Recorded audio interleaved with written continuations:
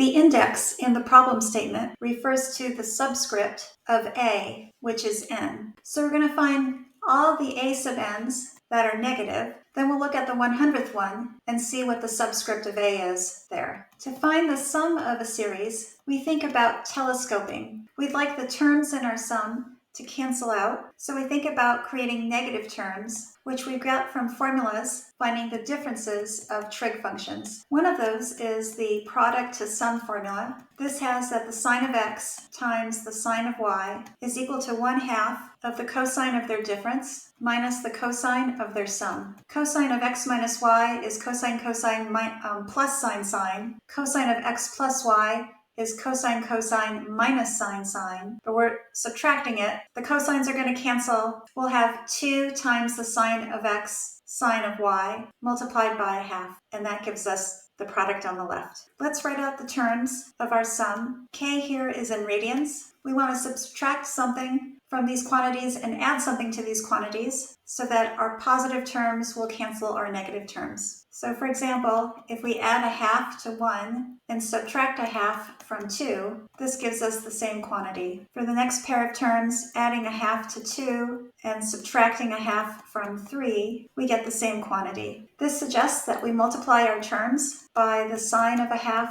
over the sine of 1/2. So let's see what happens when we do this. We'll factor out 1 over the sine of 1/2 from our sum since it's a constant. So now we have these products sine of k times sine of 1/2. Using our product to sum formula, we replace this with the difference. Cosine of k minus 1/2 minus cosine of k plus 1/2. We'll factor out this 1/2 and see where our cancellations occur. For k equals 1, this is 1 minus 1/2, and we have a cosine of 1/2. Then we're going to add 1/2 to 1 to get 3/2, and we're subtracting cosine of 3/2. Our next term when k equals 2, 2 minus 1/2 is 3/2, and then we're going to subtract 2 plus 1/2, or 5/2. We can see already that we have these two middle terms canceling. Our last two terms occur when k is equal to n. We're going to have the cosine of n minus 1/2, which will cancel with the previous term, and the cosine of n plus 1/2. So all these intermediate terms are going to cancel. The only thing that remains is this first term, cosine of 1/2,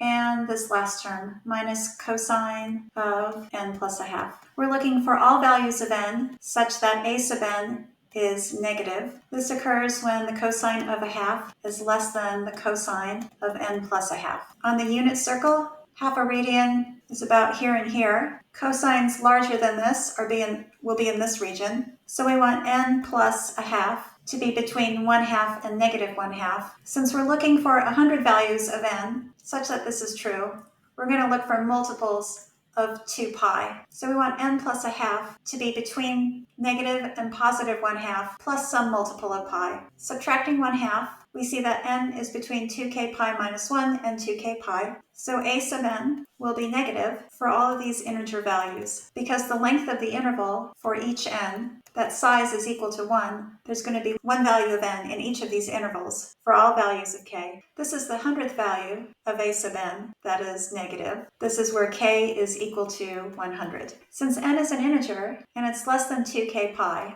we can say that n is the floor of 2k pi. When k is equal to 100, n is going to be floor of 2 times 100 and will approximate pi. So our 100th a sub n occurs when n is equal to 628, and that's our answer. If you'd like me to solve any other AIME or AMC problems, please leave them in the comments.